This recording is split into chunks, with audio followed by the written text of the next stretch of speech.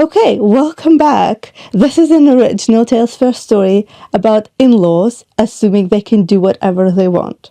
This assumption didn't last. Let's begin. My mother-in-law left my 8-year-old sitting alone on the pavement and walked off to have a good time with her favorite grandkids. She was annoying, my sister-in-law said. When my husband found out, he didn't hesitate. He announced this. My in-laws went very quiet. My mother-in-law, Brenda, called me at 8:12 a.m. on the 4th of July while I was packing sunscreen into my tote. "Let me take Hannah early," she said, bright and breezy. "Andrew's sister, Sabrina, is bringing Carter and Brooklyn.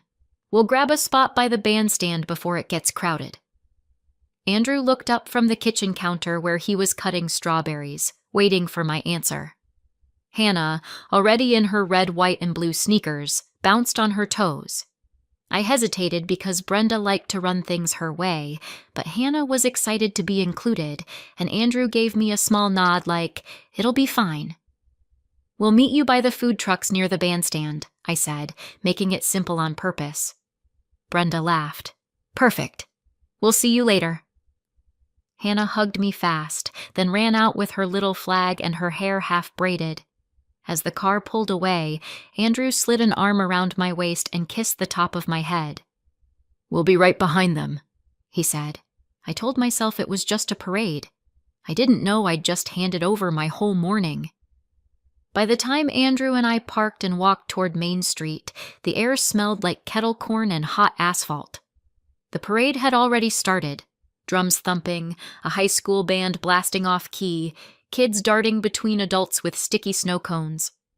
We pushed through the crowd toward the food trucks, scanning for Brenda's stiff blonde bob and Sabrina's loud laugh. I spotted my father-in-law, Dennis, first, arms folded, looking impatient, standing near the curb with Andrew's sister Sabrina and her kids. Carter had a toy sword. Brooklyn wore glittery sunglasses. Brenda waved like we were late for dinner. My eyes flicked left, right, behind them. No Hannah. I stepped closer, heart getting sharp. "Where's Hannah?" I asked, already searching past their shoulders. Dennis shrugged like the question bored him. Sabrina didn't even look up from her phone. Brenda pointed vaguely toward the street, like Hannah might be a balloon drifting somewhere. Andrew's hand tightened around mine. I asked again, louder, because the band had started up another song and the noise swallowed everything. "Where is she?" And that's when I realized nobody was reaching for her hand. Sabrina finally looked up and grinned, like I'd walked into a joke. "Relax," she said. She was being annoying. The way she said it, light, amused, made my stomach go cold. "Annoying how?" I asked. I tried to keep my voice level because Hannah hated conflict, and conflict always made her disappear into herself. Sabrina laughed, a quick bark. "You know, complaining, slowing us down, asking questions every 5 seconds. Carter swung his toy sword at the air, nearly hitting a stranger, and Brenda smiled at him like he was charming. I stared at Sabrina. "So, where is she right now?" Andrew's face changed in a tiny way, his eyes narrowing, his jaw setting. Brenda waved a hand like she was brushing crumbs off a table. "She's fine, Jenna," she said. "You're making this bigger than it is."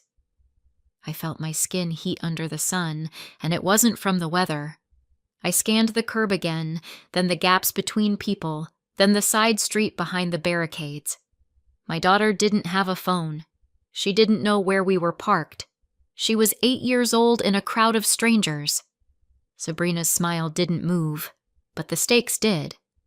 Brenda leaned in like she was sharing gossip. "She told us her foot hurt," she said, almost laughing.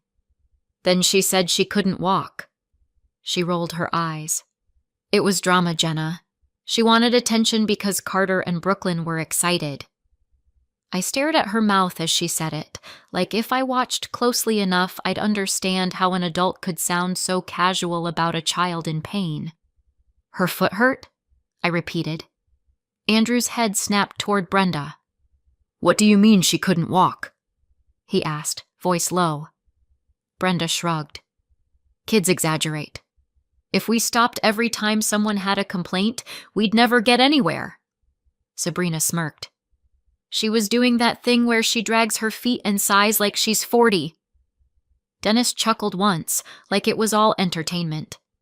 I felt my fingers go numb around my tote strap. Okay, I said, forcing calm. So you stayed with her, right? You sat her down until we got here. Brenda blinked slowly, like I was being difficult on purpose. We told her to sit, she said. She was safe. Brenda and Sabrina said safe, like it was a guess. Sabrina tipped her chin toward the far end of the block where the crowd got thicker near the barricades. We told her to sit on the curb, she said, casual as ordering fries. She wouldn't stop whining, and we weren't missing the parade because she wanted to be dramatic. My lungs stopped working for a second. You left her? I asked. Sabrina's laugh came again, brighter this time. Left, sat, same thing. She's 8, not a baby. Brenda nodded along. She can follow directions. I could hear the marching band, the cheering, the whistle of a police officer directing traffic, but all of it was suddenly far away. Andrew stepped forward. Show me, he said, clipped. Sabrina pointed again, but her finger didn't land anywhere specific. Over there somewhere, she said. By the lemonade stand, or maybe closer to the strollers. Whatever. She was sitting. She'll still be sitting. Brenda added, and if she got up, that's on her. I looked at the sidewalk packed with legs, folding chairs, wagons, and toddlers in headphones. You don't even know where she is, I said. Brenda and Sabrina had lost my child like you lose a spot in line. Andrew didn't argue. He just took off, pushing gently but firmly through the bodies, calling, Hannah! I followed, my tote slamming against my hip, my eyes searching every patch of sidewalk and every face at kid height. Hannah! I yelled, trying to keep panic out of my voice because panic didn't help. Panic didn't find children. We moved along the barricades, peering behind folding chairs, behind coolers, around wagons stacked with blankets. A woman with a double stroller glared when I leaned in to check the gap beside her wheel. Sorry, I said, already moving. Andrew waved at a volunteer in a bright vest. Have you seen an 8-year-old girl? Brown hair, blue dress? The volunteer shook his head, distracted by the parade float rolling by. The crowd surged, blocking the sidewalk as a group tried to cross. I squeezed past anyway, hearing my own breathing too loud. I pictured Hannah's face when she tried to be brave. Chin up, eyes glossy, mouth tight. Andrew split left, I went right, both of us calling her name like it was a rope we could throw across the noise. I checked behind a line of porta-potties. I checked the curb near a lamppost. Every second felt heavier. And then I saw a small blue dress near the pavement. Hannah was sitting alone on the curb between 2 strangers' lawn chairs, hugging her knees like she was trying to make herself smaller. Her little flag lay on the ground beside her. The stick snapped. She wasn't sobbing, but her cheeks were wet, and she was blinking hard like she was holding the rest back with willpower. I dropped to my knees so fast my tote spilled sunscreen and a water bottle onto the sidewalk. Baby, I said, touching her shoulder. She flinched, then melted into me when she realized it was me. Andrew crouched on her other side, his hands hovering like he didn't want to startle her. Hannah whispered, Grandma said I was too slow. Her voice was thin, like she'd been saving it. I swallowed. Where does it hurt? I asked, already looking at her feet. She pointed, embarrassed. My heel. I tried to walk, but it felt like fire.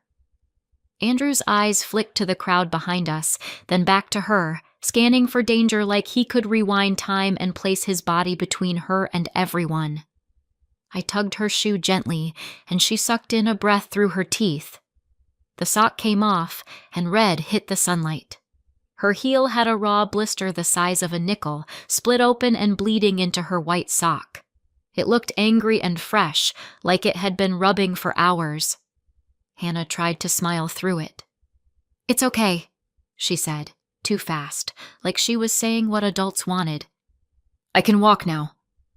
Andrew didn't answer.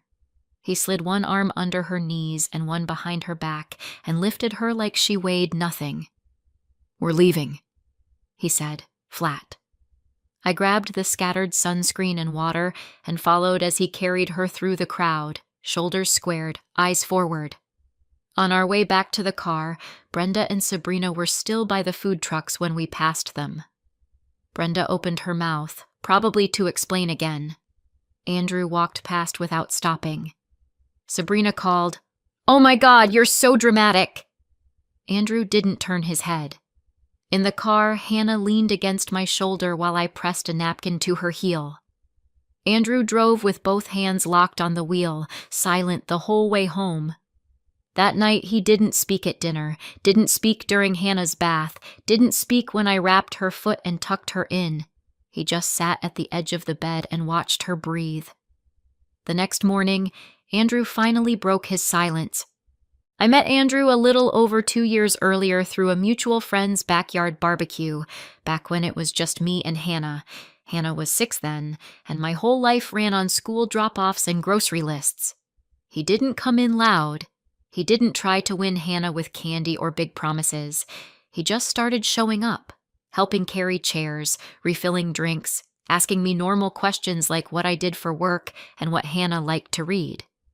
When Hannah wandered over and hovered near the cooler, Andrew crouched to her level and said, "Hey, I'm Andrew. You don't have to talk to me if you don't want to." Hannah stared at him like she was deciding if he was safe. He didn't reach for her. He just stepped back and let her choose. Later, when I walked Hannah to my car, Andrew kept his distance and said, "If we ever do this again, I want to go at her pace." No one had ever said that to me before. Her pace. That was how he was with everything. Permission, patience, no pressure. And because he didn't push, Hannah got curious. She'd peek around corners to watch him. She'd ask me small questions about him. He wasn't trying to be her dad. He was trying to be steady. The first real crack in her wall happened a few months later. By then, Hannah had just turned 7, over grape juice on my kitchen floor. She bumped her cup reaching for a napkin, and purple juice poured across the tile like a spill and a confession. Hannah froze with her hands up, eyes wide, waiting for the part where an adult gets sharp and mean. Andrew had been helping me put groceries away. He looked down, then up at Hannah's face, and something gentle settled over him. "No worries," he said, like the mess was nothing. He grabbed paper towels, knelt down, and started blotting. Hannah didn't move. She just watched him like she didn't understand the script had changed. Andrew glanced up and added, "Accidents happen. You can help me if you want." Hannah slowly grabbed a towel and dabbed at the edge of the spill. Her shoulders loosened as she did it. I saw it. The exact moment her body stopped bracing. After we finished, Andrew tossed the wet towels in the trash and said, "Teamwork." Hannah's mouth twitched, almost a smile, and she went back to her homework like she'd been given permission to exist without punishment. I caught Andrew's eye, and he gave me the smallest shrug, like this was obvious. That was the first time she believed safe could be real. After that, Andrew earned Hannah the slow way, the only way that lasts. He remembered she hated crust on sandwiches, and that she liked her socks inside out because the seams bothered her toes. He showed up for her school open house and stood quietly in the back until she spotted him. Then he smiled like she'd done something brave. He never made her call him Dad. He never hinted that he deserved it. He just kept promises. If he said he'd be at pickup, he was there. If he said they'd go to the library on Saturday, he didn't forget when something more fun came up. He kept her drawings in a folder in his desk like they were important documents. One night, I found him taping a crooked stick figure picture to the inside of a kitchen cabinet. "What are you doing?" I asked. He looked almost embarrassed. "She'll see it when she gets cereal," he said. Hannah opened that cabinet the next morning and froze, then reached up and traced her own drawing with her fingertip. "You saved it," she whispered. Andrew nodded. "Of course I did." Her whole face softened. It wasn't fireworks. It was quieter than that.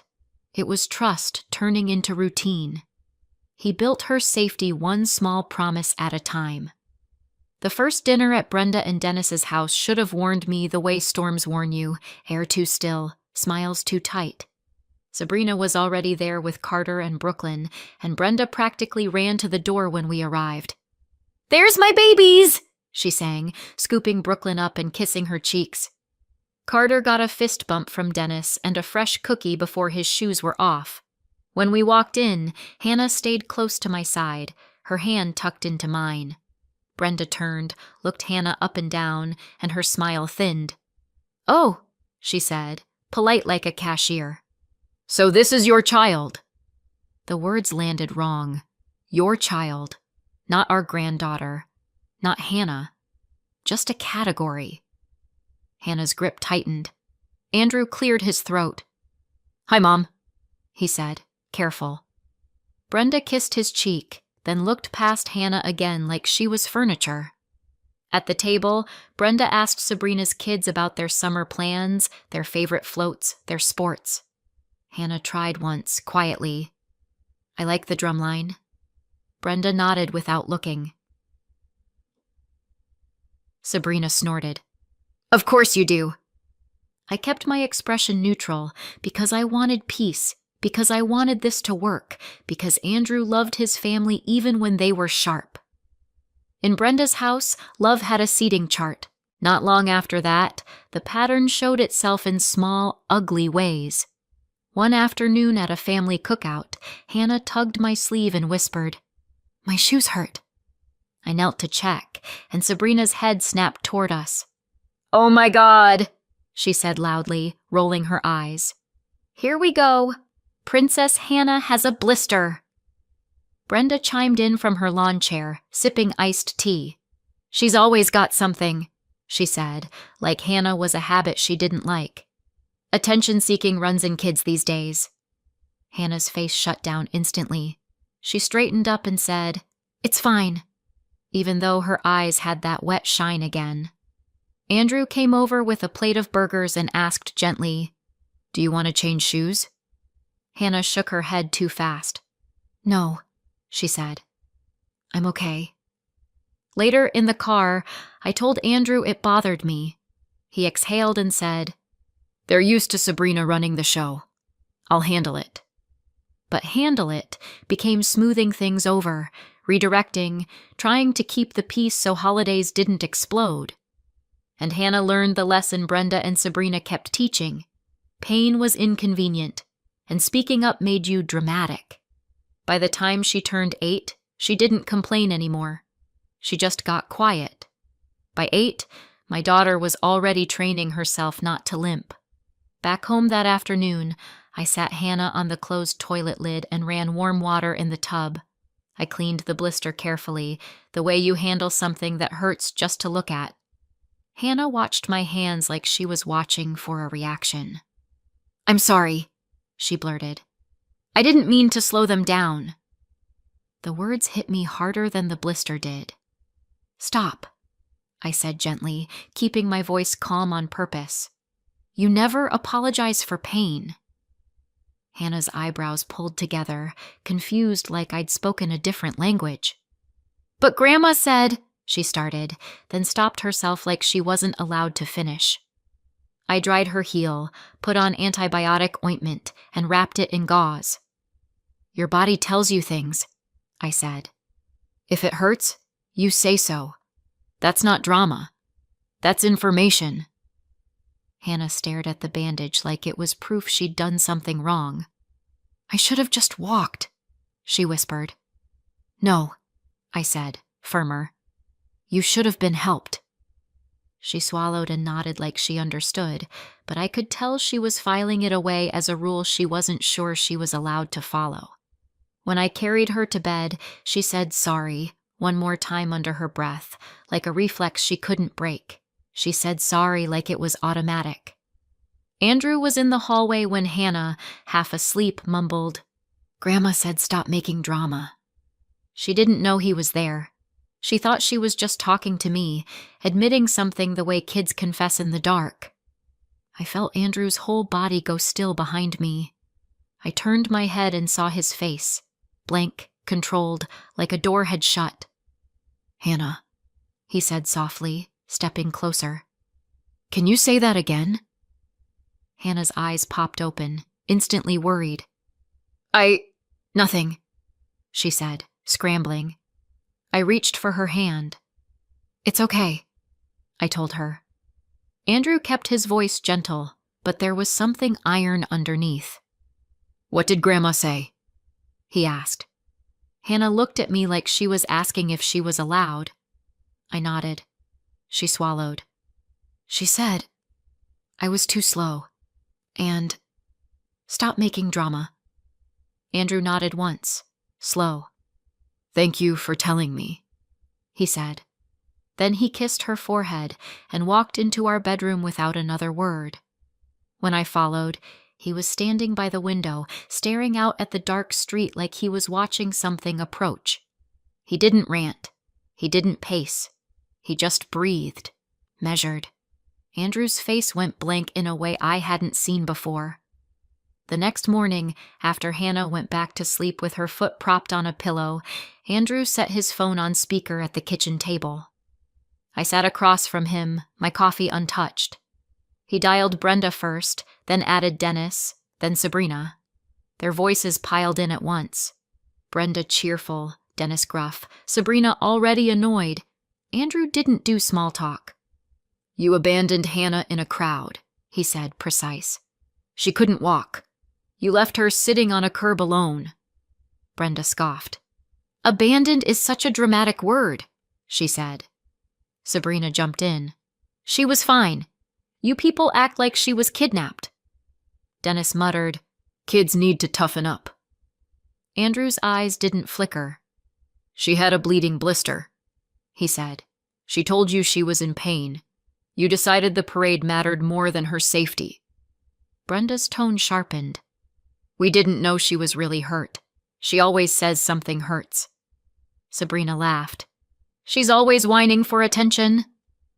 Andrew leaned forward, elbows on the table, voice still calm. "When you made Hannah feel disposable," he said, "you made yourselves disposable to me." The line went quiet. No apology, no argument, just silence so heavy it felt like a choice. I could hear their breathing through the phone. Andrew ended the call without waiting for them to fill the silence. Then he opened his banking app like he was checking the weather. "What are you doing?" I asked, even though I already knew. He didn't look up. "I'm stopping the support," he said. For months, years, he'd been sending his parents money because Brenda always had a tight month and Dennis always had a temporary situation. It added up to $800 toward their rent, $250 for a car payment, $150 for a phone bill, every month, like an automatic obligation. He clicked into the scheduled payments and canceled them one by one, calm, methodical.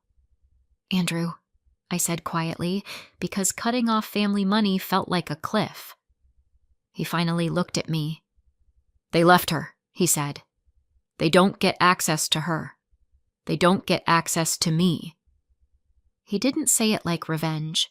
He said it like a policy. Then he opened our shared calendar and deleted the next Grandma's Day brunch we'd planned, and he texted Brenda one line. "No unsupervised time with Hannah. Do not ask." I watched his thumbs move, steady. He didn't raise his voice. He pressed cancel. Brenda called back within minutes, voice sharp enough to cut. "You can't do this," she snapped. "After everything we've done for you." Sabrina was yelling in the background like a chorus. Andrew put it on speaker again. "This is retaliation," Brenda said. "You're punishing us over one little misunderstanding." Andrew didn't flinch. "It wasn't a misunderstanding," he said. "It was a decision you made in a crowd." Sabrina jumped in, loud and nasty. "She's not even your kid!" The words hung in the kitchen like smoke.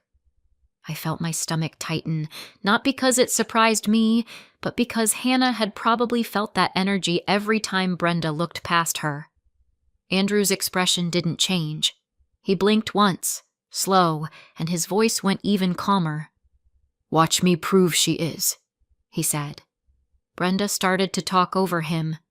"You owe—" Sabrina shouted something else. Dennis grumbled. Andrew didn't argue. He didn't negotiate. He just hit the red button and ended the call. The quiet afterward felt clean, like a room after you open a window. I exhaled without realizing I'd been holding my breath. Andrew set the phone down and looked toward the hallway where Hannah slept. "We're done," he said, almost to himself. Then Andrew hung up, and I knew we were done. Brenda didn't come back with an apology. She came back with a performance. 2 days later, my phone lit up with screenshots from cousins I barely talked to. Brenda had posted a long, emotional message on Facebook about sacrifice and ungrateful children. She claimed she had supported Andrew through school, that she'd kept him afloat, that he owed his success to her and Dennis. She didn't mention Hannah by name, but she didn't have to. The comments filled fast. Sad face emojis, family is family, you only get one mom, and a few people tagging Andrew like it was a public trial. Then the calls started. Aunt Peggy left a voicemail that began with a sigh and ended with, "Be the bigger person." A cousin texted, "Your mom's crying." Dennis's brother called Andrew and said, "This is embarrassing." Andrew listened to exactly one call, expression unreadable, then set his phone down and said, "She's trying to buy sympathy." I watched him scroll Brenda's post, not reacting, like he was reading a receipt instead of a story. "Do you want to respond?" I asked. Andrew's eyes flicked up. "Not with feelings," he said. "With facts." She was trying to rewrite our lives in real time. That night, Andrew opened a folder on his laptop labeled Payments, like he'd been quietly preparing for this exact moment. He didn't rant. He didn't type in anger. He posted screenshots, dates, amounts, bank transfers, showing what Brenda and Dennis had actually paid for him. Almost nothing. Then he posted what he'd been asked to cover for Sabrina over the years. Car repairs, deposits, emergency cash, vacations disguised as help. And finally, he posted what he'd been sending Brenda and Dennis every month consistently. The $800, the $250, the $150, totaling $1,200. His caption was one sentence. "Since my parents are sharing family finances publicly, here are the numbers." Within minutes, the comment section changed. People stopped cheering Brenda on. A few deleted their earlier comments. Someone wrote, "So you were taking money from him?" Another asked, "Why were you getting rent paid if you supported him?" Brenda didn't reply. Dennis didn't. Sabrina tried once, with a snarky comment about fake receipts, but the timestamps did the talking. My phone went quiet too. The same relatives who had been so eager to call and guilt Andrew suddenly had errands, dinners, silence. The loudest thing on the post became the silence. 3 days after that, I got a call from Hannah's summer program office while I was folding laundry. The secretary's voice was polite but firm. "Hi, Jenna," she said. "We have a situation." My spine went straight. "What kind of situation?" I asked, already walking to the kitchen. "A woman named Brenda is here," the secretary said. "She's claiming to be Hannah's grandmother. She wants to pick her up early from the program." My hands started shaking, but my voice stayed calm. "She's not on the pickup list," I said. "Do not release Hannah." The secretary didn't hesitate. "We won't," she said. She's insisting. She says you're keeping family away. I heard muffled noise in the background, like Brenda's voice rising. Tell her, I said, choosing each word, that she needs to leave. If she doesn't, call security or the police. The secretary said, understood, and hung up. Andrew was home within 10 minutes, moving fast but controlled, like he'd shifted into a mode I hadn't seen before. We met the program director in the lobby while Brenda stood near the office window, lips tight, trying to look wronged. She saw Andrew and lifted her chin, like she expected him to fold. Andrew didn't stop walking. That's when the fight moved to the doorway of the program office. The program staff didn't let Brenda win a single inch. The director told her clearly that she wasn't authorized. Brenda's face pinched, and she tried a softer voice. I'm her grandma, she said, like the title should unlock doors. I just want to see her. The program director didn't budge. You're not on the list, she repeated. Brenda's eyes snapped to me. This is Jenna, she said, pointing like I was a problem to be solved. She's manipulating my son. Andrew stepped forward, his shoulders squared but his tone flat. Don't come to her school again, he said. Brenda's mouth opened, ready. Sabrina wasn't there, but I could hear her in Brenda's posture, the practiced outrage. You're tearing this family apart, Brenda hissed. Andrew didn't argue. You did that, he said, when you left Hannah on the curb. Brenda flinched like he'd slapped her with the truth. She tried again, softer, eyes shiny. I said I was sorry, she whispered. Andrew's expression didn't change. You blamed her, he said. That's not sorry. We walked out with Hannah 20 minutes later, her backpack bouncing, unaware of most of it. In the car, Andrew took a slow breath and said, No contact, permanent. His thumb hovered over his phone, then moved. His thumb hovered, then he muted their threads and started blocking numbers. After the school incident, the extended family suddenly developed boundaries of their own, mostly because the story had stopped working. Aunt Peggy stopped calling. The cousin who'd texted "Your mom's crying" never followed up. The group chat went from active to dead, like someone had pulled the plug. Brenda tried a different angle next.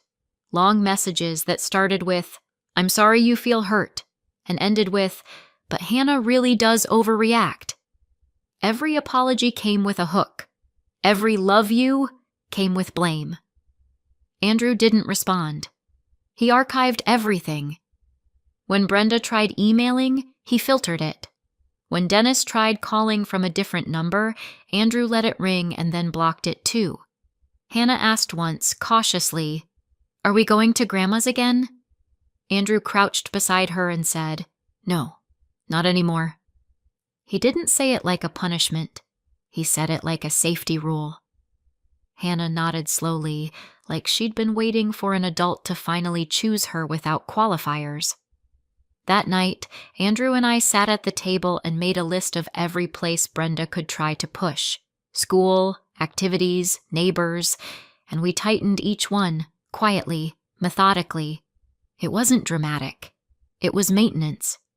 Peace isn't loud, but it holds. Andrew didn't stop at blocking numbers. Within a week, he scheduled a consultation and came home with a stack of paperwork.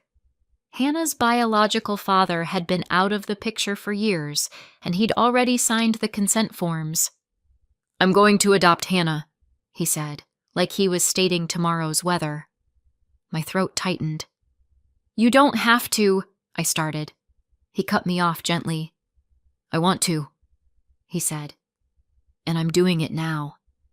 There were forms, background checks, home visits, letters from teachers, notarized documents, real steps that took time and patience.